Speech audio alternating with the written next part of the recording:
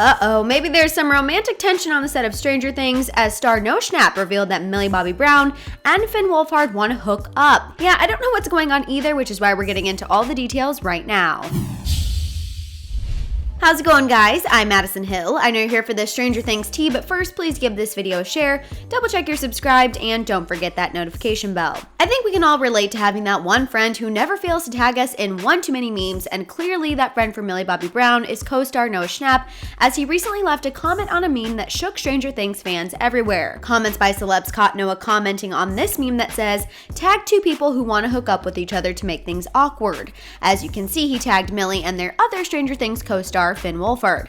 Last we heard about Millie's love life was right around the holidays when she sparked romance rumors with 17-year-old rugby player Joseph Robinson, thanks to the Snapchat the two took together. I will say we haven't heard anything else about the two since the Snapchat, therefore Millie and Finn might have a little chance.